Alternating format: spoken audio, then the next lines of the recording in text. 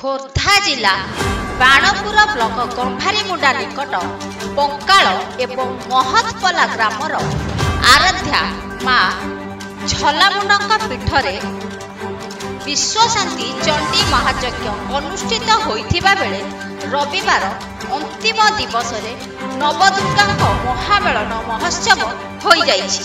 ଗତ ଗୁରୁବାର ଅଙ୍କୁରାରୋପଣ ହୋଇଥିବା ବେଳେ ଶୁକ୍ରବାର କଳସ ଯାତ୍ରା ଓ ଯଜ୍ଞ ଆରମ୍ଭ ହୋଇଥିଲା।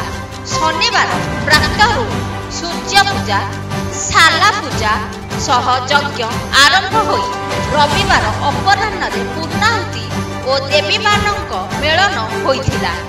ମା ଖିଲାମୁଣ୍ଡାଙ୍କ ନିମନ୍ତ୍ରଣ ପାଇ ଆଖପାଖ ଅଞ୍ଚଳର 9 ଦେବୀ ମା ଖିଲାମୁଣ୍ଡା, ବିଜେ ପଙ୍କାଳ, ମା ଶୁଳିଆ ଦେବୀ, ବିଜେ ଓଡଗାଁ, ମା ଆଙ୍କୁଲେଇ, ବିଜେ ଗମ୍ଭାରୀମୁଣ୍ଡା, ମା ବ୍ରାହ୍ମଣୀ ଦେବୀ, ବିଜେ ଗମ୍ଭାରୀମୁଣ୍ଡା, ମା ବ୍ରାହ୍ମଣୀ ଦେବୀ, ବିଜେ କରଡ଼ାପଲ୍ଲୀ, ମା ବ୍ରାହ୍ମଣୀ ଦେବୀ, ବିଜେ ଝରିଆଟାଙ୍ଗି, ମା ଉତ୍ତରାୟଣୀ, ବିଜେ ପିଞ୍ଚଳା, ମା ବୁଢ଼ୀ, ମା ବିଜେ ରାହାଣବେଲି, ମା ବ୍ରାହ୍ମଣୀ ଦେବୀ, ବିଜେ ତୋଟା ପ୍ରମୁଖ ବିଜେ ପ୍ରତିମା ସୁସଜ୍ଜିତ ବିମାନ ସହ ଶୋଭାଯାତ୍ରାରେ ସ୍ଥାନୀୟ ମେଳନ ପଡ଼ିଆରେ ପହଞ୍ଚିଥିଲେ।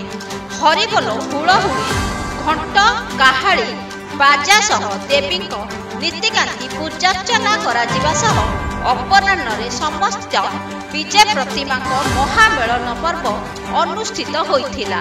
ଉକ୍ତ କାର୍ଯ୍ୟକ୍ରମକୁ ପଙ୍କାଳ ଓ ମହତପଲା ଗ୍ରାମବାସୀ ପରିଚାଳନା କରିଥିଲେ।